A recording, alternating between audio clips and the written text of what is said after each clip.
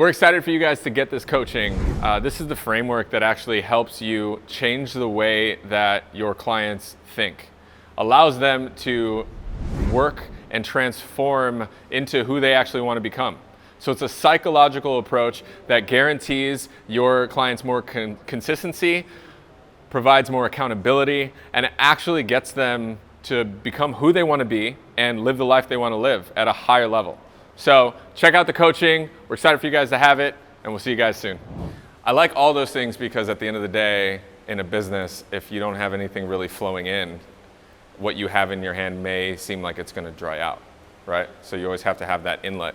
And especially in our industry, the problem is typically having a consistent inlet, right?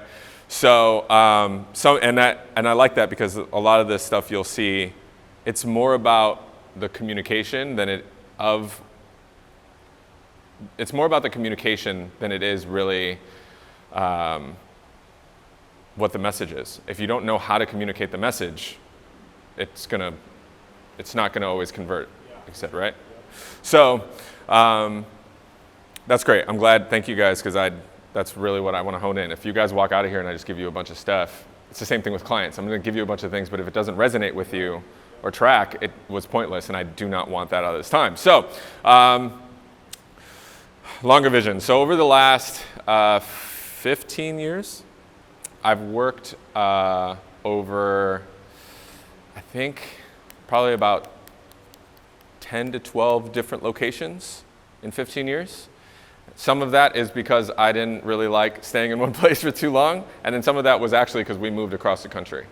So I've worked in a high-end boutique corporate gym. So I'll give you guys kind of the rundown on how this came to be and how it ties into kind of having a longer vision.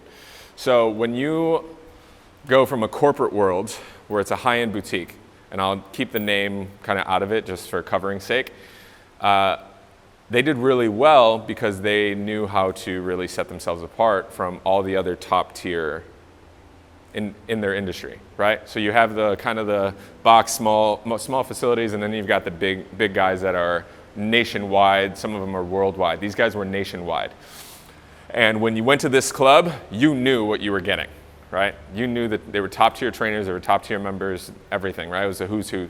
Some of the facilities were known for hosting celebrities and Hollywood folk and all that kind of stuff.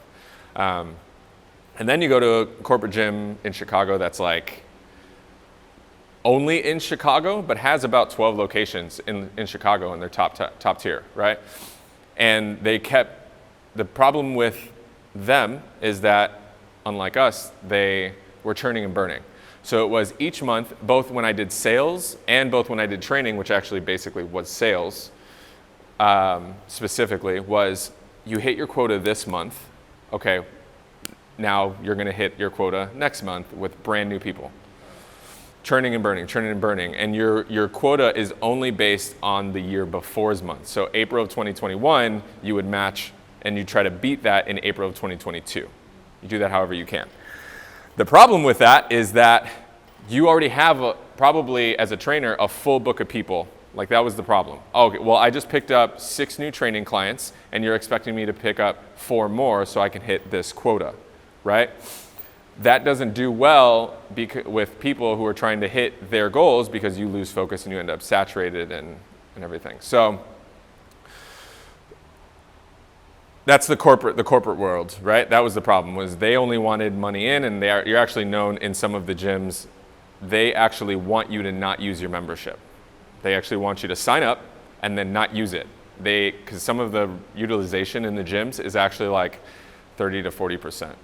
So somebody will sign up, and 70% of those people don't actually use the gym. They just have the membership, and so that's why they can say, hey, I want to keep, because people aren't using them. Like, a gym is packed typically in the evenings or in the mornings. That's not even, that's still, there's 30, 40% of people that don't use that gym time. So churning and burning, that was the issue with corporate side. With a more independent side, now we don't have the backing of marketing, we don't have the big bucks to pull all these people in, and our margins are a little bit lower, so our margins are a little bit more, but we can't really spend outwards for marketing. We don't have cash injections, okay? That's kind of the issue we have on a smaller scale. So how do we change that, right? How do we change the flip to, we know we don't want to churn and burn. We know we want to provide more quality to this. And that's what I got was once I stepped away from the corporate world, I was like, hey, you guys actually just want me to churn and burn.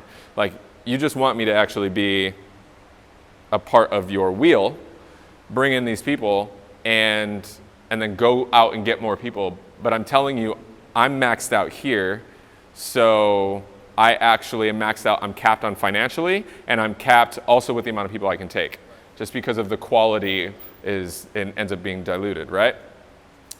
So that was the problem on that side. And then when I go independent, you're like, oh, now it's word of mouth. Now I'm stepping out. Now I got to figure out this networking group, or I got to figure out this business to step in front of, or I got to figure out this partnership, right? That is actually how the corporate world does it too. Like when we were doing it in when I was selling sales, we went out and we did partnerships. Like I'd go out and do, hey, I'll give you this, you give me that, I'll host an event at your club, you get a discount on the members that come in, so the strategic partnerships. That works on a smaller scale here. The difference though is that we have to understand, and this is where the principle comes in, is you have to understand that your brand now you have to learn how to carry your brand differently. You have to understand how to carry yourself differently. And again, that's the communication, right? The communication, it's not the message, it's how you're delivering that message, and then how you're getting your people to actually resonate with the message from their perspective, right? It's not about what you're saying, it's about, are you allowing the other person to resonate with what you're saying, right? Are you speaking their language? Are you, all the things that we talk about in, that sales talks about and marketers talk about, but when you're, as a coach, you're sitting in front of somebody, it doesn't work necessarily the same way, right? You have to understand the change. So one of those changes was understanding that there has to be a longer vision, right? Typically, what we do is, and I'll backtrack. So we're gonna go through this for probably the first half of this, and then we'll actually workshop some of it and kind of utilize some case studies, if you would, to map out and kind of see how you guys can communicate things differently, right? So you have to get a longer vision with your people. That's really hard to say because I was like, longer vision.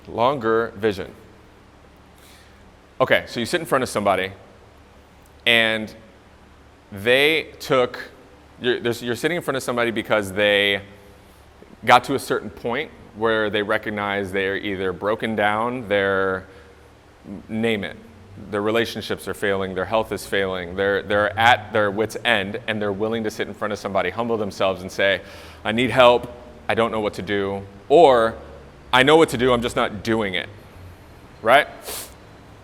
That's all great and dandy, and people come to you in an acute phase. They come to you because acutely they recognize something is off and something's wrong, and they want that fixed, okay? That's fine in the moment because there's adrenaline, there's cortisol, there's like hype, there's all these endorphins that kick in, they're about to go do this thing and they're gonna jam out New Year's resolution, New Year, New Me. What happens after you solve that first problem? They fall off, they go away. It happens, we do it. I do it all the time. I'm like, oh yeah, I'll take care of that. And then I take care of it and I'm like, oh yeah, it's fine, I'll walk away. Knowing I probably should maintain this thing and keep it as a part of my lifestyle, whatever. So what we have to do is we actually have to learn how to create a longer vision for these people. And I'll challenge you guys, part of that is actually understanding and learning how to create a longer vision for yourself. Because you can only teach and hand out they'll only reach up to as far as you've gone, right? Or as far as you've learned or experienced. So you have to have a longer vision than you're going to show your clientele, show your people. I'll tell you this. So the first client I can remember, let's call her Mary, because that was actually her name. She came in wanting to learn how to swim. And I did swim lessons back in the day.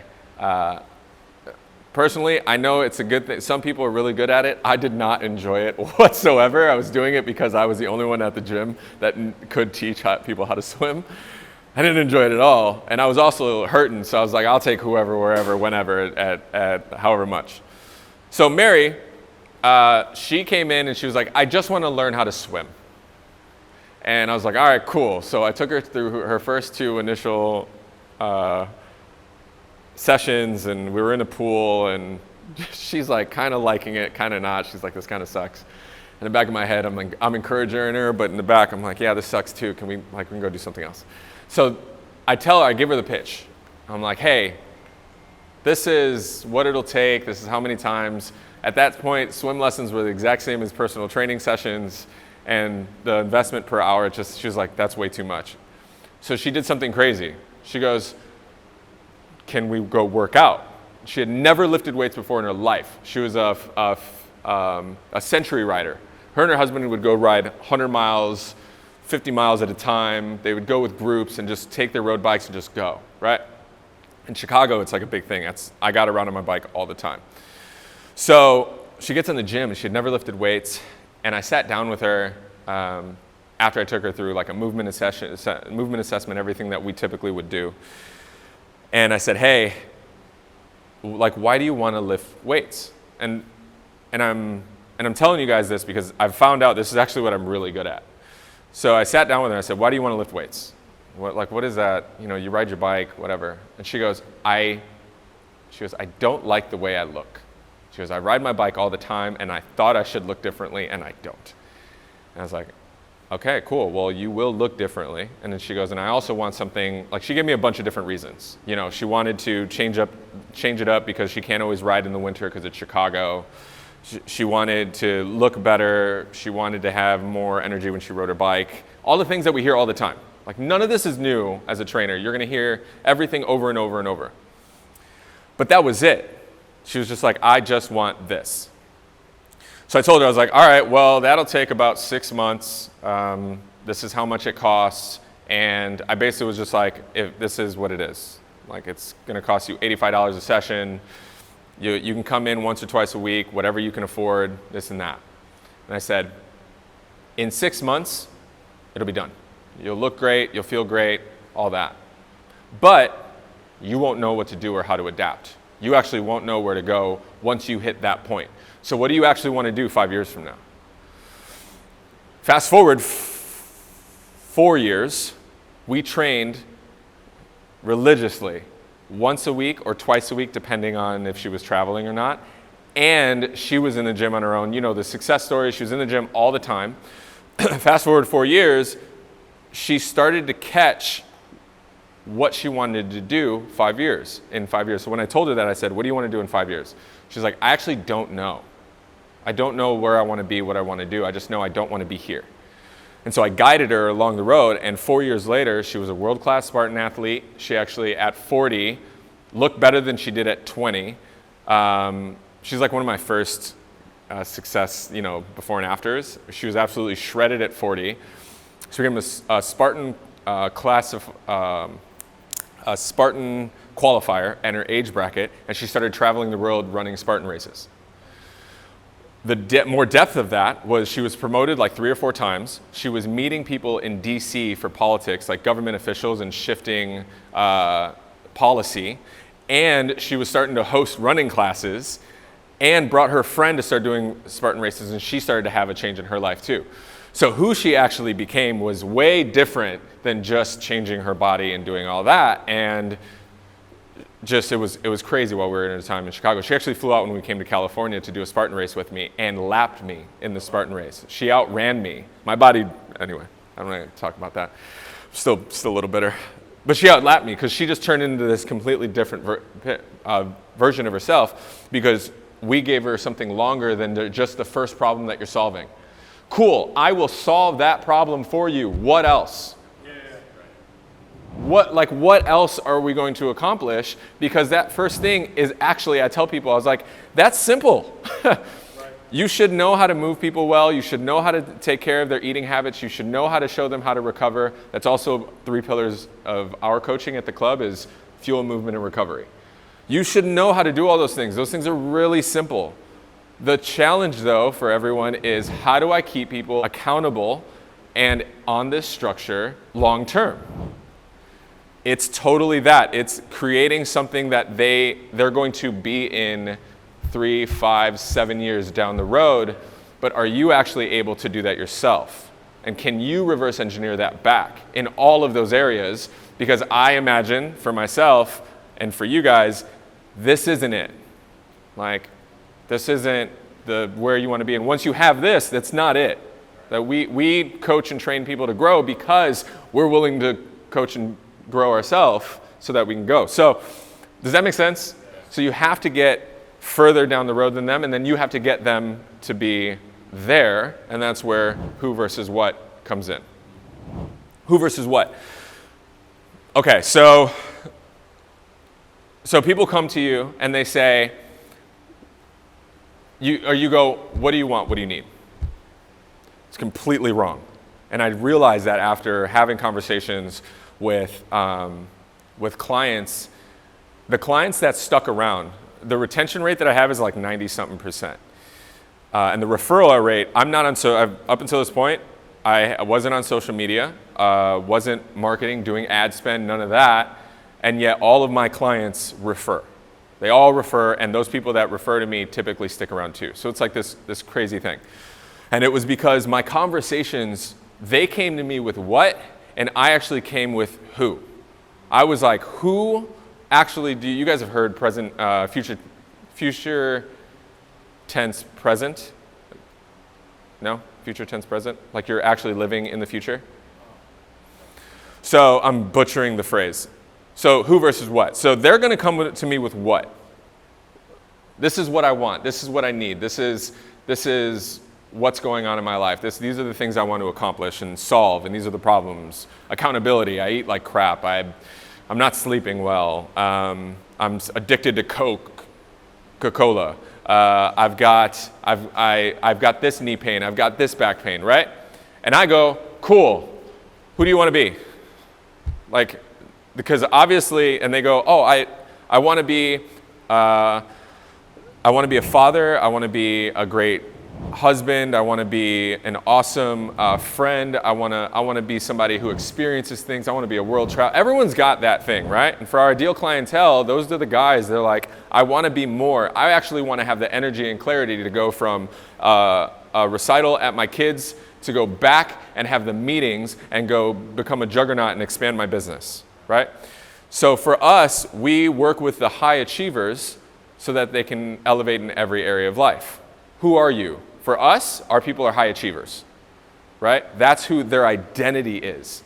You have to really talk more about, I'm not going to write much on here, but I really just want to hone in on their identity. Russell Brunson in ClickFunnels harps on it.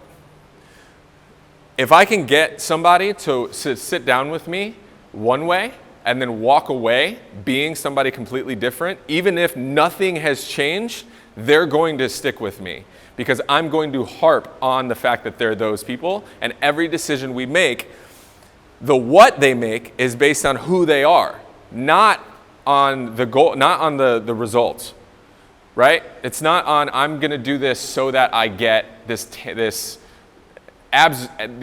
cover model body. I'm going to do this so that I can get rid of this knee pain. Yeah, cool. But remember, what happens when they have that first problem solved? Because as a great trainer and coach, you should be able to get rid of their knee pain. If it's not, within the scope of our work, if it's something that we know, like if I know I have somebody who's got medial knee pain, but their quads have atrophied, let's take care of that. Develop your strong quads, and then they're probably not going to have that medial knee pain because X, Y, Z, and then we can troubleshoot and go through that, right? Like the science of it should be dialed. Like that's kind of goes without saying. Like don't come in and not be able to solve those simple problems of why people typically think they're coming to you.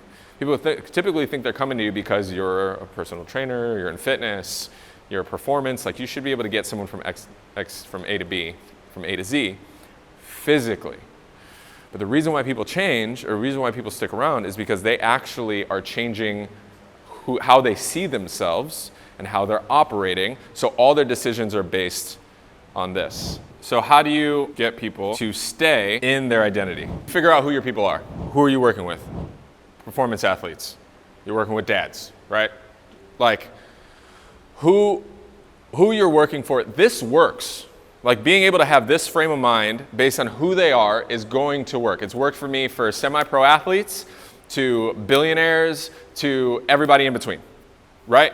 People, Mary, who never lifted weights in her life, turned into a Spartan athlete and was changing policy in DC. Not because of me, but because she owned that identity of performing well in every area of her life, right? And I just had the tools to get her through 4 years of ups and downs, lefts and rights. She broke her hand during one of our, not during, but she broke her hand, and we had to work through that. Another one of our girls, she had she was in a consulting job that she was in heels for like 14 hours a day, like in meetings back to back. She was a beast. And she ended up having a stress fracture in her foot. And so she wore a boot for 4 months while we trained. And she still trained and worked out because she understood that this decision is actually part of who I am. Like, me still working out and working through this and like all that, she didn't go, I just wanted to get fit, but I'm not able to do everything I was supposed to, so I'm just gonna wait till I'm off my boot. That doesn't work. And I'm also not gonna be the person to continually chase after someone to do it. And that's kind of the thing too, is if you're gonna work through this, they're gonna understand that you're there to allow this to happen in their life. You're not just the person, we're not just the people to go, you have one goal with me, and once I accomplish that, I'm out the door, right? And that happens because we don't communicate. I'm actually not a cost, I'm an investment. Right? And that's part of our conversation is when we're trying to attract clients and bring people in, you sit down in front of somebody. Number one, sitting down in front of somebody when you're first starting off or like getting going, getting off the ground is huge. If I sit down in front of somebody, for me, I'm like, I'm getting you because you're going to help me get 10 other people, not your, so it's a whole different mindset. But when you sit down in front of somebody and you go, I can get you the tools, I can get you what you want to do. However, you're not paying me to solve that problem. You're paying me to go a few layers deeper and help transition with you through the next 5 years. And I was like, if you're not willing to do that and you're only with me for 3 months, great. This is actually what that investment is. It may be a little bit more because I'm only gonna have you for 3 months and I gotta get a year's worth of stuff in you for 3 months. That's how that works for me. But we're talking 3 years, so are you good for that? Like, does that work for you? And then what ends up happening is once you show them this framework, without saying like, we're gonna be flexible, adaptable, relatable, once you show them that we're going to move through every season of life, then you're an investment. Then when my clients who lost their job still figured out and let me know, hey, I lost my job, I lost this and that, but I got to figure out how to stay with you because you're actually what's going to help me get through this tough time into the next season and then elevate from there, right? I've had that happen. I've had people like have to travel 3-4 days out of the week for work, but still be like, how do we make this work? Because this is, you're a non-negotiable. I pay my mortgage and then I pay you, right? How do you get that? And it's by having this understanding of going, because I'm not here to solve the problem of your knee. I'm here to take you a few layers deeper, that once your knee problem is solved, we're going to go here, here, and here, because you said you still want to run around at 38. You want to cut it up on the court because that's your escape and your mental clarity. Like stuff like that. Like all those things they want to do isn't because they think it's cool. It's because they actually resonate with it and they want to be the person to keep doing it. So, tracking? Good? All right, so Flexible, adaptable, relatable. So flexible, I think of it, I think of being flexible like this. Okay, so everyone uses the analogy of, in order to grow taller for a skyscraper, right, you have to have a deeper foundation, okay? But some people don't realize that in order to have that high of a skyscraper, like the Sears Tower in Chicago, was for a long time the tallest building in the world. Most people don't know that at a skyscraper at a certain height, they also have to have the flexibility to move with the wind, right? You actually have to have some level of flexibility moving, especially in the windy city, because if they don't, and if it's too rigid, then the foundation breaks and it snaps, and we don't want that to happen with a skyscraper. Well, the same thing happens for a lot of our people because they become so rigid in their approach that their foundation breaks and snaps. Everyone wants to grow up, but they're not able to kind of wiggle and move with the environment, right? So how are you able to be flexible? Okay, well, in your communication, you're going to allow them grace. That's what we can also call it. Are you giving them some margin to work in, right? It can't be too rigid, okay? Because it's not realistic. The example I use too is the celebrities that all get into peak performance for their roles, right? The men and women who are like going to be running around with their shirt off or whatever, a lot of them don't want to end up being soft and being in front of camera in front of millions of people. They want to look the part. They do not have flexibility in that time frame. They are so rigid in their frame because they have such a short window of time. Hey, I've got to eat this way, work out this long for this amount of time. I've got to follow my trainer. I've got to sleep this way. I don't get to go out. I've got to focus on my script. I've got all this rigidity within this. There is no flexibility. I'm either going to do this or I'm not, right? And that works to a point. That will work with our clientele. That'll work with the people you're talking to, even when you're sitting down in front of them for the first time. That'll work. Hey, for the next 6 weeks, which, did you guys get the fasting protocol, the download? That is a 6-week rigid structure. There is no flexibility in that. But the part about flexibility, it's more long-term, like the longer-term vision. So you have to understand, hey, for this 6 weeks, for this fasting protocol, you're not going to have any flexibility. This is what we do because we have some foundational things to approach. We have some things that aren't going to be able to move. Beyond that 6 weeks, things are going to look a little different and you'll have a little bit more margin. Right? So for the actors and actresses that go through to get this rigid structure, if they do that for too long, what happens? Foundation breaks, it snaps. Because they're doing the same thing in that 3, 4, 5, 6 months standpoint that they're trying to extend. It doesn't work that way. That's not real life, right? The majority of our clientele are not going to be cover models, right? We've all come to a point where it's like, that is just not realistic. Okay? I had somebody say, abs are not realistic, and I was like, that's not true either. Let's just not say that. The way that they go about it and the time frame that people want to continue to be athletic and perform well in their environment has to be flexible. It's got to be long term.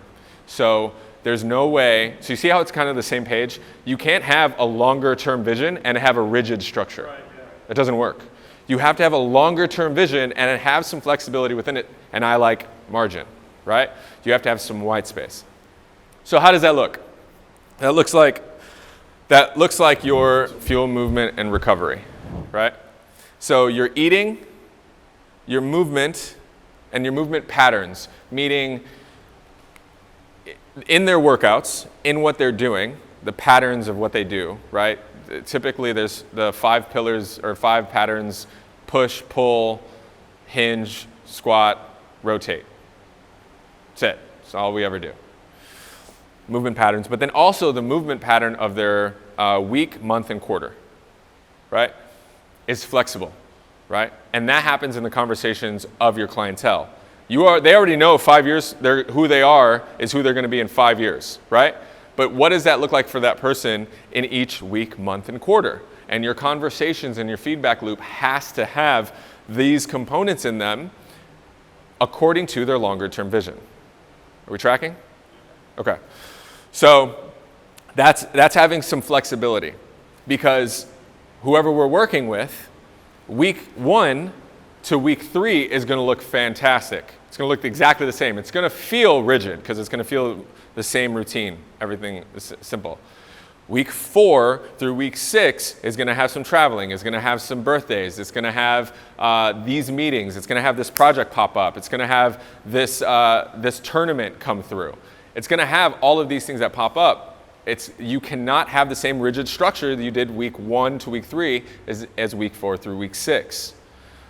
But they do have to coincide and sandwich so that the long-term goal is still on track, right? So there has to be flexibility. And you guys already, when I did this, I was like already thinking about how that works in certain people. Yeah, there's already certain people who are like, oh shoot, I think I've been too rigid. Like, I think I've actually not communicated and not worked to who they are, but more so, and maybe too flexible, right? Because if it's a gummy worm, that's not going to work either, right? Right? You can't be too flexible, too rigid. Yeah, can't be too flexible, and you can't be too rigid. You're talking to a massage therapist and a bodybuilder. So, listen, bodybuilders back in the day did ballet. I'm just going to say that. So, to elongate the muscle. Same thing with their eating. Same thing with their recovery. Look, as a coach myself, there's been times where I've maxed myself out and I got 2-3 hours of sleep and I ran through 16 hours of training the next day, worked out myself for 2 hours, and in Chicago, I rode my bike everywhere. There's times like that. Cool. Well, as a coach and as an investment to them, how do you help them dial back to get them back on track within the framework of the direction they're going as who they are? Remember, you're only taking them as far as you've gone. So if you haven't gone that far or don't know how to work it, you have to get there. You have to be further along. So those are 3. So the recovery, the eating habits, same thing. Like this birthday is going to come up. These things are going to pop up. Well, how do we dial it back? How do we create, what conversation are you having as that person? So for us, they're high achievers. So I'm just going to keep saying that. Whoever they are for you guys, that's who they are. As a high achiever, if you're going to a birthday party, are you always going to drop off your fuel, how you eat, because other people are around and because it's available? Or are you going to choose this type of way of fueling yourself and eating and enjoy the community, knowing that how you ate is going to directly affect your performance the next 2 to 3 days and directly affect your recovery the next 2 to 3 days, and you're going to not be focused and clear for your family and for your business, for this next project coming up. You see? So less about what they're doing, because what they're thinking is, oh shoot, I'm in trouble, or oh shoot, I don't have the willpower to do this, I gave in again. No. You gave in because you weren't operating as who you are. You were operating from what you decided to do. And treat us like the bad person. And if you think somebody's bad in your life and not giving you flexibility enough and you're too rigid, I don't want that person in my life very long. So they're subconsciously going to put you on this, as this bad person, as this person being a negative, and they're going to eventually go, it's not worth it, and then drop off. It's not worth telling you again that I messed up, I'm just going to drop off. It's not worth it again telling you that I didn't do what I was supposed to do when I wasn't with you, I'm just going to drop off. Right? It's easier to walk away from that because they think you were too rigid and how you were communicating was too rigid for them, than to come to you and say, I know I'm in this with you long term. How do we fix this? How do we do it? Right? So allowing them some flexibility is going to be incredible for them. And it was for, even with Mary, breaking her hand and doing all kinds of stuff. She started going to DC and we had to figure out how to get her workouts and how to eat well and move and travel and stuff. So but she knew. She was like, as long as you're in Chicago, I'm here. Like, you're the guy. I pay my rent, and then I pay you. So, does that work? Cool. Adaptable. Kind of seems the same as flexible, but it's not. Because again, if you're out further than your people, then you're going to know how to maneuver through their life before or as they do, right? So this is adaptable. Everyone talks about balance, okay? I personally do not like the word balance because for me, balance feels like a tightrope. Some people it works. Some people balance is great, cool. But when I think of balance, I think of like on a teeter-totter. I think of walking on a tightrope and having to like walk in a straight line. I just don't like it. You guys can still use the word balance. I don't care as long as it communicates this. So for me, that's balance, right? It's a straight line. You're good. Balance. To me, that also signifies a flat line. Okay? If you do not adapt, you die. That's what happens. If you're not adapting, you're dying. So if you don't move out of the way of that ball coming at you, you will die. So Tracy Armstrong gave me this picture. That's why I'm using it, because when he said it, I was like, that is perfect. Because he goes, this is what I use for adaptability.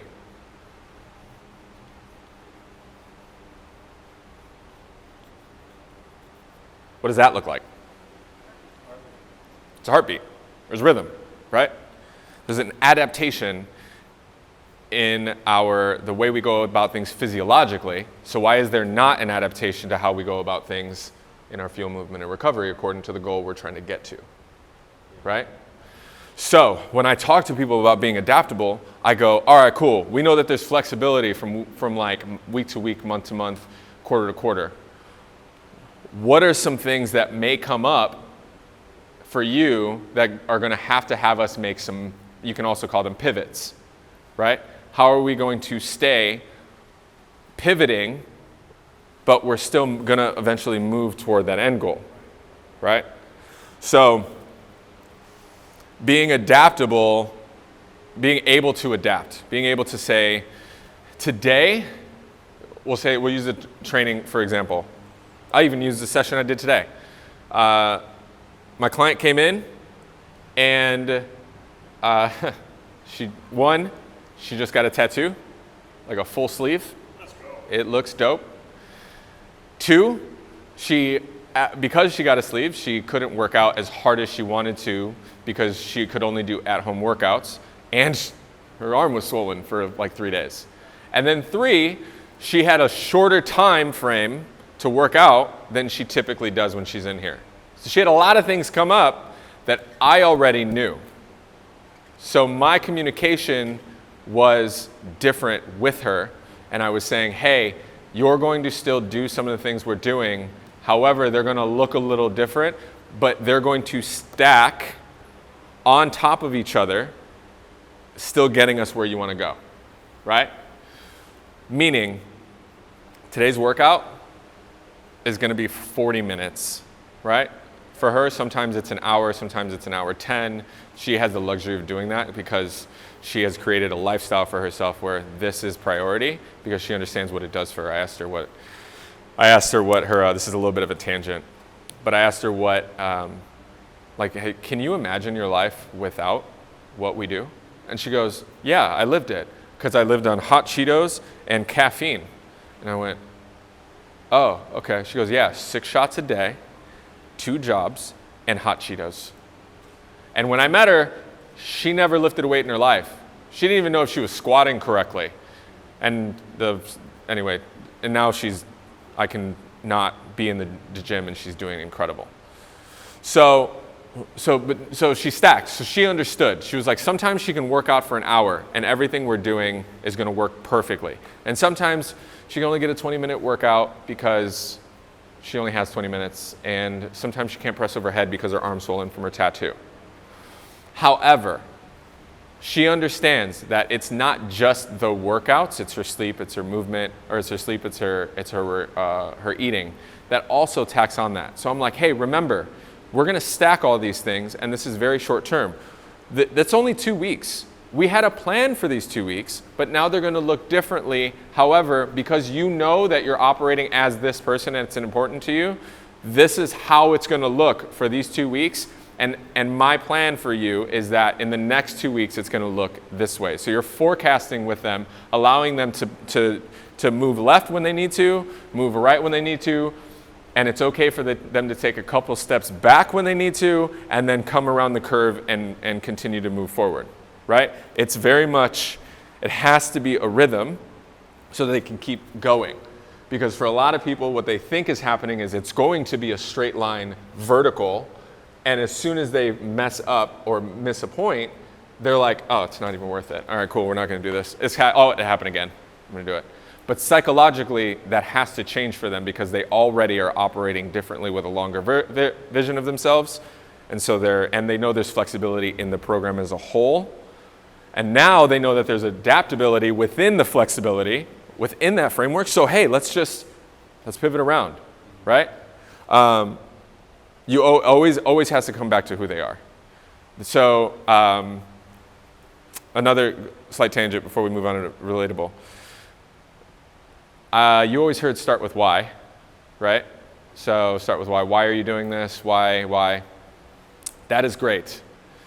That will not move them along if they're still who they used to be, right? So why they want to do things, the reason why they're going to stay motivated is because they're actually wanting, we all do. Psychologically, we're built for community. It's actually like all the science is coming, all the neuroscience based on our chemicals and our hormones and all that is directly correlated to our community or a lack thereof, okay?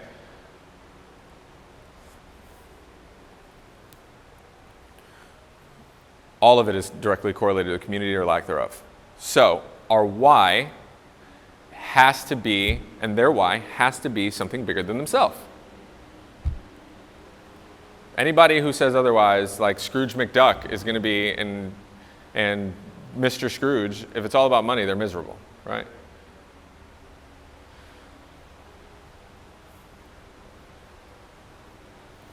So start wrapping this up. But the being adaptable and doing that and using their why is going to help. You always want to bring it back to that. Like start with why, start with why, start with why. But it has to coincide with their who. Because their who is going to do things when no one else is watching that person wouldn't do if they weren't that person. I don't know if that made sense. That sounded good. Who they are when they are who they are. Because they are who they are, right? So you're like, yeah, Mitchell, that works. So why? Yes, but think about it. We all got into this industry in fitness and in health, not because of us, but because we recognize like how many more people we want to help because we actually like what happened to us. We're like, how do I get somebody to get where I got? Because this is so much more incredible than what I thought my life was before. But then think about all the decisions that you made that weren't in line with for those people you thought you were going after. Like the amount of times we binge watched TV or ate outside of how we're supposed to eat or made decisions and started hanging out with these people, like all of that, you're like, but I had this why. These people have this why. Oh, cool. But then why aren't you there? And this comes to the conversation when you're sitting down with the few people that you get to sit down with at any given time. Oh, okay, cool. You want to sit down with me? Yeah. Well, my question typically is, why aren't you there? I thought this was really important to you. And that's a challenging question. Why aren't you there? Oh, well, this and that. Oh, whatever excuses. But when I go, okay, well, who do you want to be? Who's the person that can carry that? Like that light bulb shifts. That's like a whole nother thing, right? You become, like I've 15 years of just case study after case study of when I finally when that clicked, all of the decisions they made just so happened to help out the people of their why. It just so happened to help out the business of their why. Those things kind of just coincided because they had the why. It's always bigger than what we think, but now they're who they need to be in order to help those people. This doesn't seem too philosophical, right? Like this makes sense on like a practical sense. So you have to be flexible, you have to be adaptable, and then you have to be relatable, right? And we'll go, and then we'll start working on kind of the nitty-gritty of stuff. So the relatable. We all have ideal clients. We all have people we like working with, performance-wise. You know, if it's this type of guy, this type of girl. I've done it, like I said, with Mary, and thank God that worked out the way it did because she actually wanted to work out with me and train. But I was in a pool working with adults who were kind of just like taking this free session and going, oh, I think I can swim in 2 sessions. Just give me a couple things. I was working with like random people that would be like, yeah, just show me a couple things and we'll be solid. Like, thanks, I'll take these free sessions. I'll take an hour of your time. They're in industries I don't care about, or they're living this lifestyle. I'm like, yeah, cool. But that was very short-sighted thinking, because what am I actually there to help them with? And once I figured that out, you know, that I care about the people in their life, that I care about them actually growing and expanding. And I found a couple things that were actually like, oh, we are tracking on this. How we're doing it is very different, and who you're hanging out with. Like, oh, you actually like fantasy novels and are like geeking out on World of Warcraft still. Okay, cool. Oh, but you actually want to scale your business, become a publisher, and want to impact that industry. Oh, I can relate with that all day. How are we going to do that? Oh, you actually know that those people in that industry, in the fantasy world, are kind of unhealthy and don't take care of themselves. So you want to break the mold so that way they're not like that, but you guys can still enjoy your lifestyle together. Totally can relate to that. So, and then being able to relate to them that you're a person, you're a human, and that you actually work within this framework and it will work for you is how you can relate to them. How you can say, oh yeah, these things actually track with me, right? If you're, there's a difference between being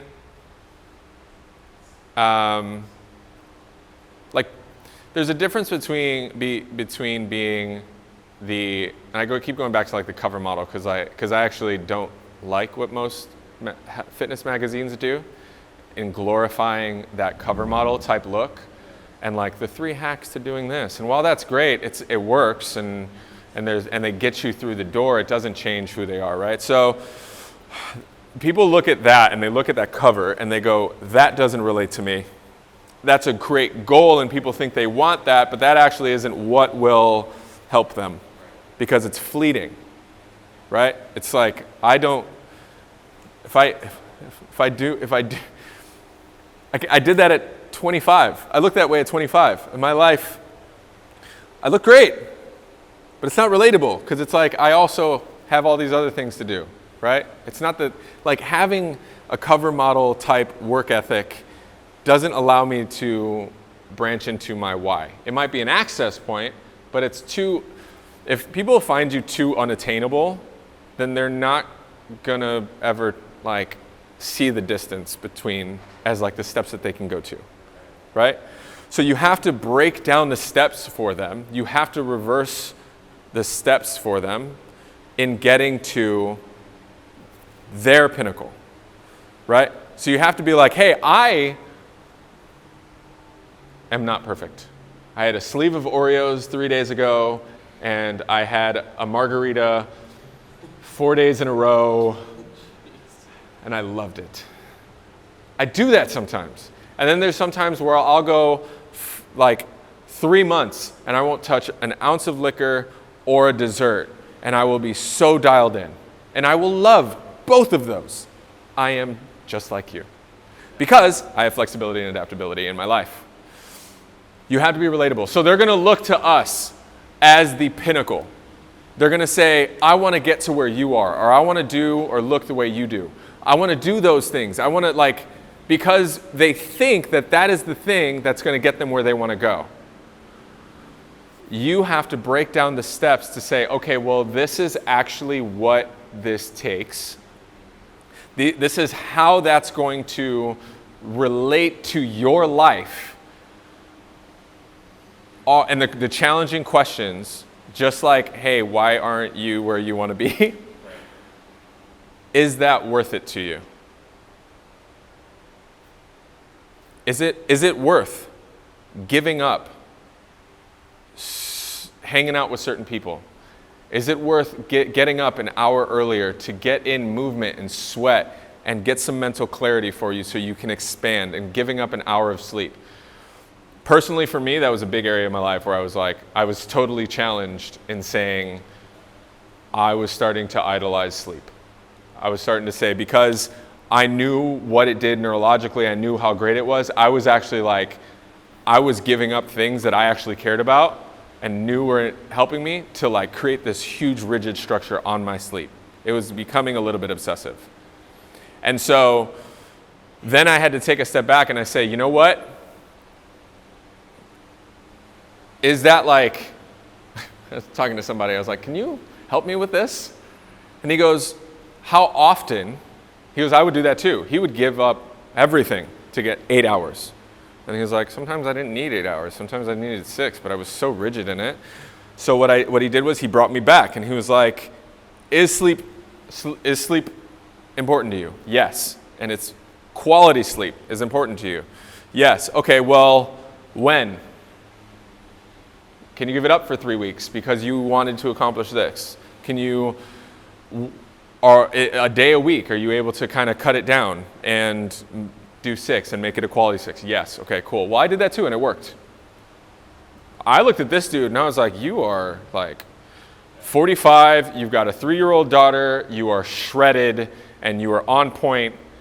I saw him as the pinnacle. You're the guy I want, and he's still dunking on people at 45 and doing masters CrossFit competitions, phenom, played in the NFL. But I saw him as a pinnacle, but he was able to break it down and say, hey, actually, this is actually what worked for me and how I broke it down. Is that worth it for you? Is that okay for you? And I went, yeah, and now I do it. Sometimes I get 5, sometimes I get 8. So I broke down, I created some adaptability and flexibility in the routine, and you can do the same thing for other people. This is what it takes to get to what you think is the pinnacle. This is what it takes to get to, any business coach will tell you that too. This is what it takes, and that's the challenging question. Is it worth it to you? And how long are you willing to do that for? And will you allow me to hold you accountable?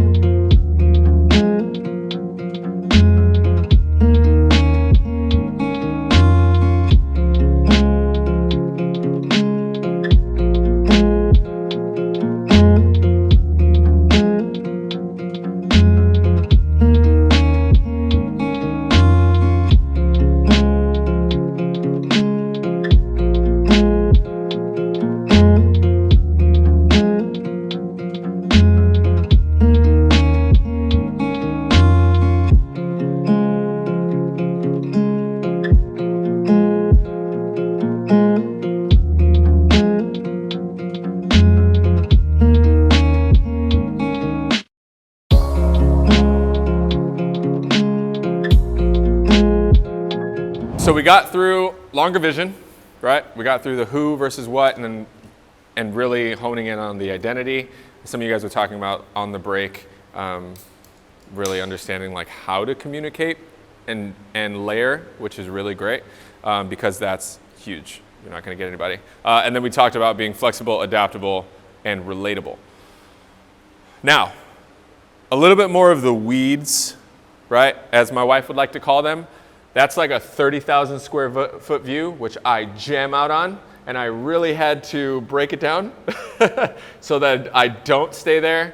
And then you guys actually get kind of the practicals of, okay, I know what I'm supposed to communicate to my people. I know how I'm going to present this thing and really frame, and then now we're going to have the picture within the frame for the people, right? So we're going to avoid extremes. We're going to have loving the process. That's the heart. Loving the process is greater than the actual result. Lifestyle is not equal to their circumstance. That one was actually really recent that I had a conversation with somebody about. My client taught me what I taught him. It was crazy. And then during the break, Kyle mentioned rewards and consequences, or reminded me of rewards and consequences, so I'll throw that in there too.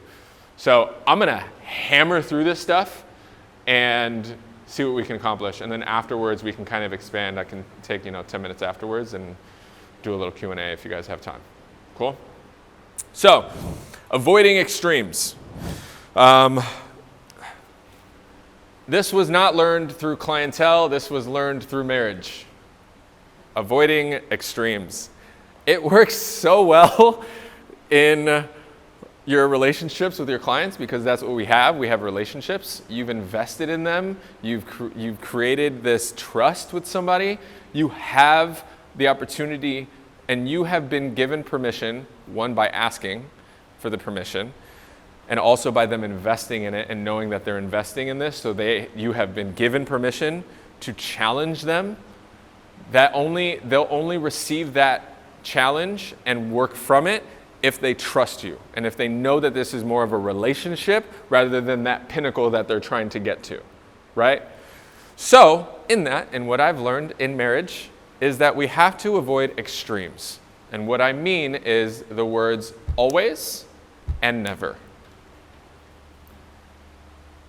I'm using an extreme to say that you always avoid extremes, okay? Always avoid extremes. Why? Because if you think that you're always doing something, what are you doing?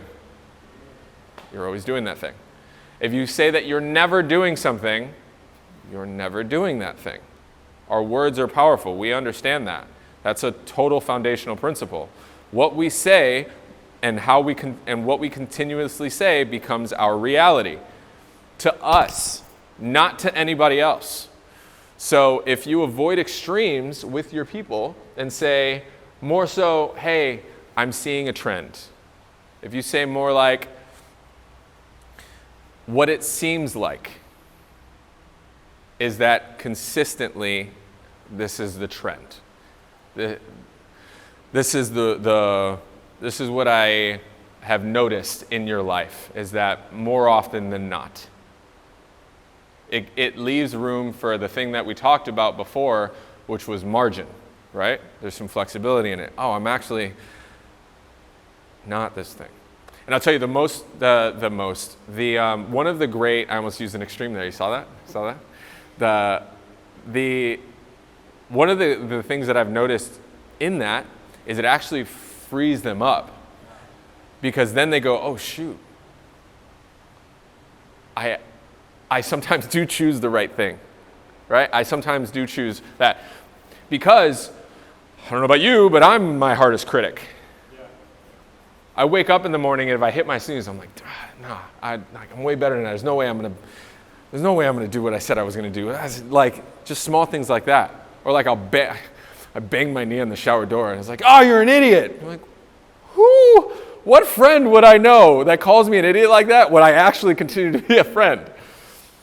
So what ends up happening is you're now the person that shows them that they're doing some things right. And you've created margin in their life and space in their life to go, oh, I sometimes do choose right. I'm actually a pretty good person. And they can build on that rather than tearing down all the negative stuff, right? So that's more of a, Mitchell, you're quite the positive person. That's more me, glass half full kind of thing. So lean into that a little bit, even if you're a little bit more in the systems and restoration of things.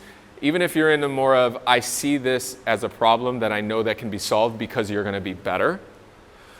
That's incredible. That is an incredible gift to have. And lean into it while communicating away from extremes, while communicating you're going to be better, and I see that there's a gap here, but we're going to fill it.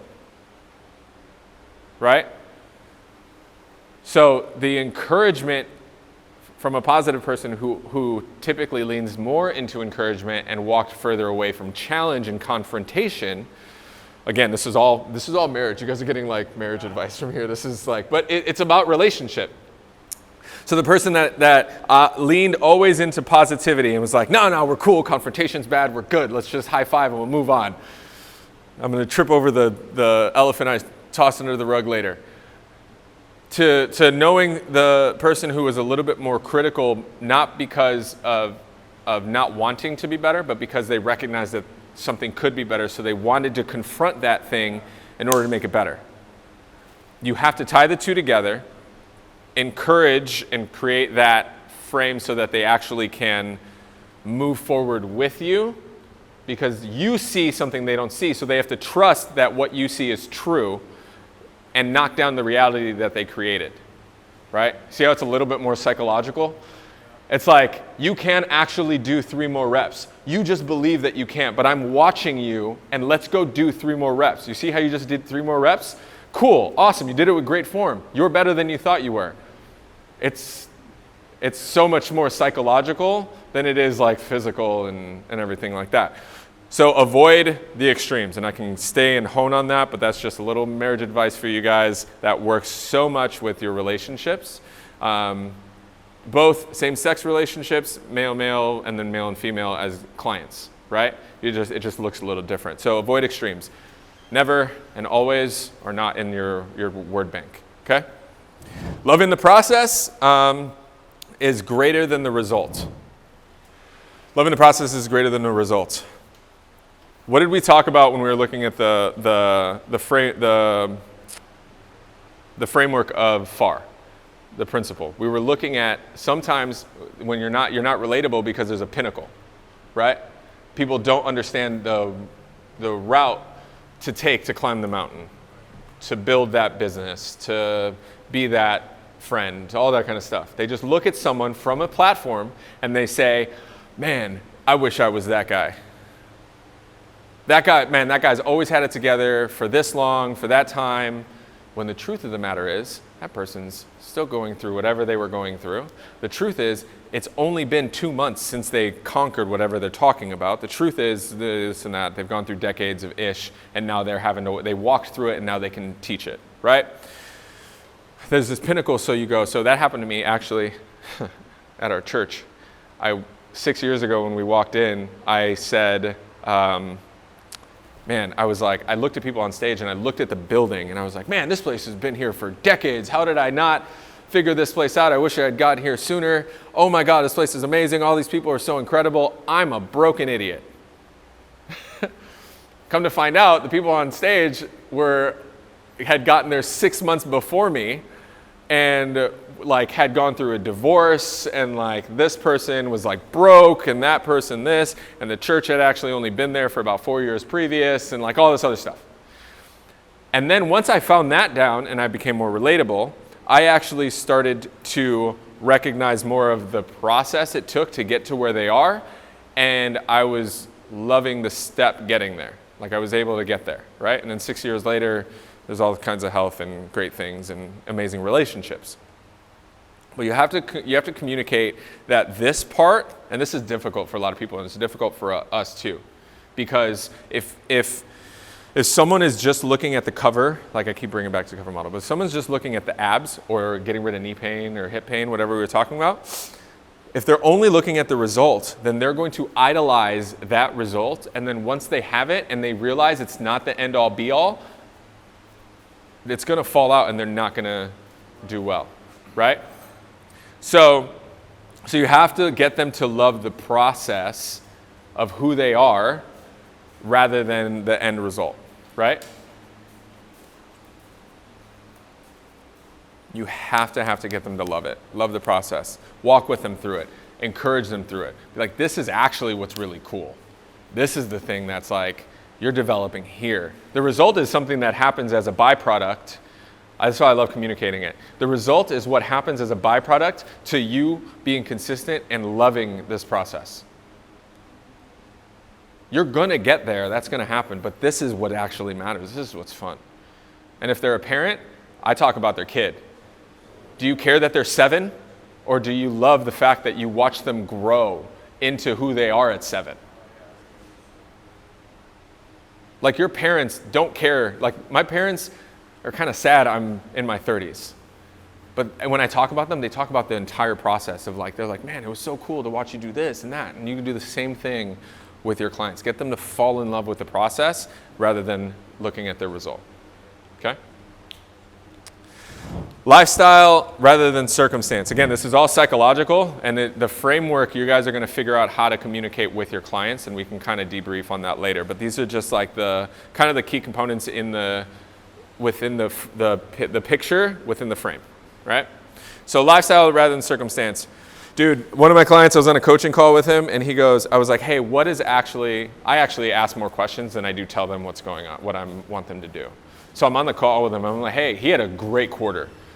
Like we do our coaching call at week 10. And I was like, bro, you crushed all of your goals. And you did everything I asked you to do. And you had all this and even when he was traveling and didn't have access to this, he was hitting me up and like dialed in.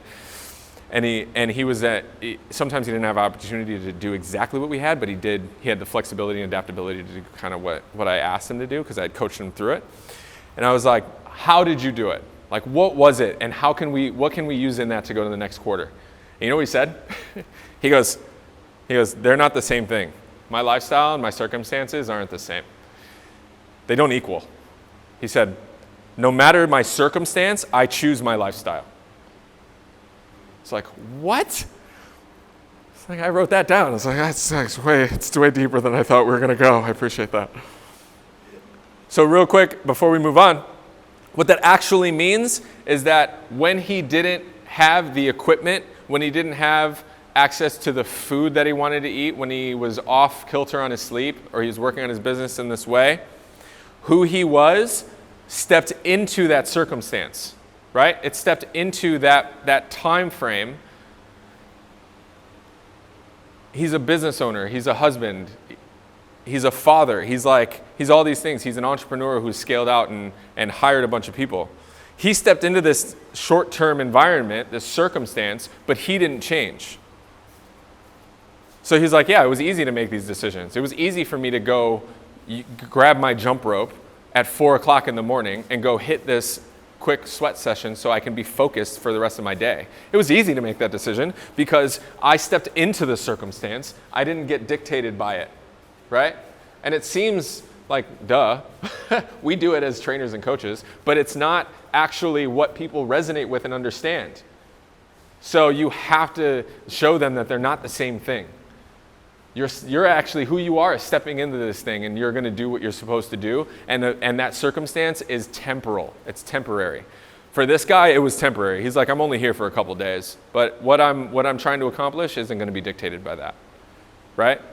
See how that's a lot layers deeper than that's total psychological play. It's like, nah, I'm basically stepping into this arena, and all that stuff is temporary. But who I am is actually long-term. Okay?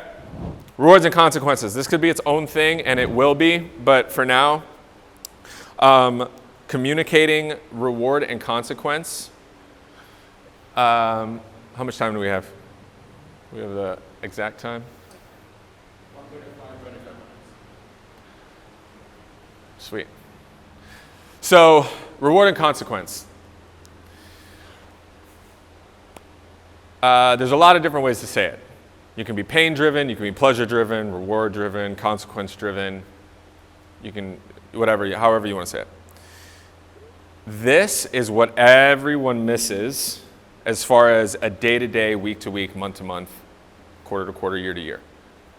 If you're not getting to where you want to go consistently, or you're not getting your clients to get where they want to go consistently, it's because you haven't attached something to it. In and of itself, what they want to accomplish is too big for them to actually want to do it and focus on it every single minute of every single day. You get that? So if they're looking at their why and they're looking at their who, or looking at who they are, it might be too big. It might be just like in this moment of fleeting instant gratification, I would rather watch another episode than go to sleep at the time I was supposed to. I would rather go out and have that party and live up my circumstance rather than stay home and work on my business. Sometimes it's too big, and we lean too much into instant gratification because dopamine, because endorphins, because cortisol, because these things. It's a natural physiological thing. It happens. So what do? As trainers and coaches, we break down the body so that it obeys what we want it to do. And how do we do that on a psychological, physiological level? We attach something to it. You have to attach your reward and consequence to whatever goal you're looking to accomplish. Have to. Now, within that, it is not fixed and rigid. That's why this is within the framework, because you're not going to say, I want to have ripped abs, I want to have X, Y, or Z, I want to have a $4 million business at the end of this year, so I'm going to grind out 7 days a week for 4 months. That is not working. That is a very fixed thing, and that might work, but you're going to break. What I am going to do is 4 days a week, I'm going to accomplish 4 out of 7 days a week, I'm going to accomplish writing out this business plan or reaching out to these people or working out in this way. I'm going to get this much sleep. My sleep routine, my morning and evening routine are actually going to look this way 4 out of 7 days a week.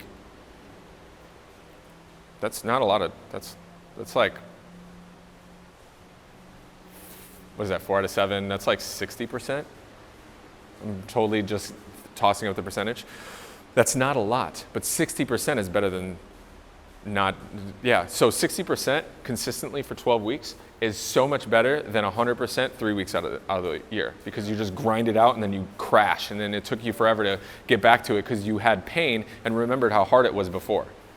It's not that. So you have to attach that, and in getting to know your people, in order to get to know them and know them well, what you're going to do is you're going to recognize, because you understand what's relatable to them, and because you understand who they want to be, you're going to know what's going to actually drive them more, a reward or a consequence.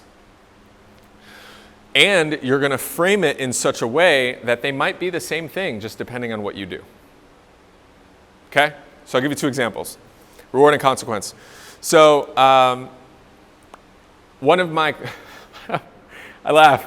Even before I tell you guys, it's one of my clients, I was like having a conversation with them, and I was like, look, you're sliding. We have this goal, you're sliding. You know what it's like when you get further than where you are right now. We don't want to be there, right? So can you work out? If you work out 8 times in the next 2 weeks, I'll figure out a reward for you. Or no, I started with, if you work out 8 times in the next 2 weeks, or if you don't work out 8 times in the next 2 weeks, I'm taking your favorite pair of shoes. I was like, pick a pair, I'm taking them. And they texted me and they were like, you know what? You can have them. I'm good. And I forgot what actually drives them. They're not materialistic. That person did not care. They were like, yeah, cool, take them, like fine. And I was like, shoot. We had a good enough relationship. We've been working together for years. And they go, actually, if you feed me and give me an acai bowl, I will for sure hit those 8 workouts. And I went, oh. And I forgot that we had shifted away from being pain-driven and we're completely pleasure-driven, reward-driven, and they were so driven by food because they were a fat kid at heart. So they said, hey, I was like, all right, cool, bet, I will top that. I will get you an acai bowl. I will drop off an acai bowl to you once a week for the entire next month if you hit these workouts. She hit it in a week. And then now she's back on track, like completely back on track. And I have delivered an acai bowl to her every week for 3 weeks. I still have 1 more week. Reward and consequence driven. It was easy. It was a tweak. It was adaptable. It wasn't like you have to do it every single time, but it's a way to keep them on point. Look, everyone is. If you want to say your reward and consequence not that way, if you're going to say that dopamine doesn't do anything for you, you're lying. Because you're on social media, you hang out with these people, you go eat this, you sleep in, you go have that, because we are driven by the chemical reactions that happen inside of us. It's just how we're wired. You just got to play the game. So reward and consequence driven, and it is very much, one, it's adaptable to the season, it's adaptable to the person and what's driving them right now. Are you taking something away from them? And so the second example is, I was telling Kyle, one of our clients walked in, and I wanted to make a tweak on how they eat, because I was recognizing their energy levels were kind of fluctuating based on the timing that they were eating, and based on some new research, based on their body frame and like kind of their circadian rhythm. I was like, it might be more beneficial if you flip what you eat, just invert it, what you eat before you work out relative to what you eat after you work out, and see if that helps you, because we've hit kind of a plateau. Well, they hit a groove and they were like, actually, I really love what I'm doing and I want to stay this way. And they challenged me. They're like, I don't want to do that. And I said, hey, and I went back to who? I was like, you have to be flexible in this, because you've hit a plateau and you said that who you want to be we're still moving in that direction. So this is the kind of direction that you need to go in, and the decision you have to make. Are you willing to do that? And they were still like, I mean, yeah, but you could tell that they just really weren't about it. And I know working long enough with them that I was going to find an excuse and we weren't going to be consistent with it. And I challenged them and I said that exact same thing. And I gave them past experience. And so I said, hey, all right, actually, I know what you love. If you work out, or if you do make this flip, this inversion, if you flip what you're eating from before to after you work out, you get to come in here and we get to have our session. 3 days a week, we have a set time and day that we come and work out. She was already gonna come work out, but she understood that. For me, I was like, that's a reward, because for her, coming in here is still rewarding. It's like the thing, it provides so much clarity, provides so much focus and courage and confidence out of being here and picking stuff up and putting it down 1,000 times. That's rewarding. That was taken as a consequence, because if it didn't happen, she wasn't coming in. You were saying you were going to remove her as a client? No. I was just not going to allow her to work out until she made the flip. Let's go. So I said, hey, all right, you know what? If you don't make that flip and not even like long term, by the next time we are scheduled to have our session, or that you're scheduled for a workout, not even with me, because I've done this with my remote clients too. If you do not do that flip, we're not going to do the next session. So I communicated it as a reward. You get to come in here and have what you always have. She took it as, oh, if I don't do that, that means I don't come in here. And then it spirals out and it's a consequence. So it was enough of a pain thing. And then what did I get the next day? Exactly what I wanted. And then what did she experience? Exactly what I expected her to experience. And now we're going to do it over and over again until we have to be flexible and move on and change the framework, right? Because I'm moving with her long term. So it's not a fixed thing. It's not end all be all, because there are no extremes. So you get what I'm saying? Yeah. Reward and consequence. So use this principle as your frame to understand how long are we going to be and what are we utilizing these rewards and consequences for, and for what reasons and purposes to get them along the road. And I promise you, it's going to be, because they trust, know, and like you, they're going to be like, that sucks, but you're more beneficial for me. You're not the negative person in my life. You're doing this because you care about me. I know, and I have that because I trust you. All right, we're going to keep doing this. I'm going to keep investing, and I'm going to trust it. That's what's going to get me. And sometimes I've also bought them gifts. Like my client, I sent her acai bowls. I bought somebody an ab wheel. I bought somebody a set of kettlebells, because it's also a measure of the goal. You know, they put on, one of my clients put on 20 pounds of muscle in a year. I was like, you're getting a set of kettlebells for your house because you have been one of the most diligent, ridiculous people. I'm like, here. So, and I set that reward for him. And I didn't even tell him. I just encouraged him to go through. And I was like, you know what? As a reward, as a reinforcement, and I mailed him 2 kettlebells. So, anyway, there's different ways to do it. Does that make sense? Yeah. Cool. So, we avoid extremes within the framework, okay? We have to have them love the process rather than the result. It's always greater than the result. It really is. Like the process, who you become in this is always greater than the result. I'm using an extreme, forgive me. Your lifestyle does not equal your circumstance. Remember, you and who they are stepping into that environment doesn't dictate who they are. They're just stepping into this temporal thing, this temporary thing. And then the last one is you have to figure out how to have a feedback loop of rewards and consequences to keep them moving forward. And that is typically the missing key for a lot of them. You can have all this stuff and they'll get through it, but the enjoyment of the process won't happen without them actually having some form of pleasure and dopamine kick within it. Social media is so quick because you get a dopamine kick through it and then you walk away. And like it's such a immediate gratification. So you have to have that same kind of principle, some kind of gratification within your short-term framework, dependent on the goal, right? Cool. There you go.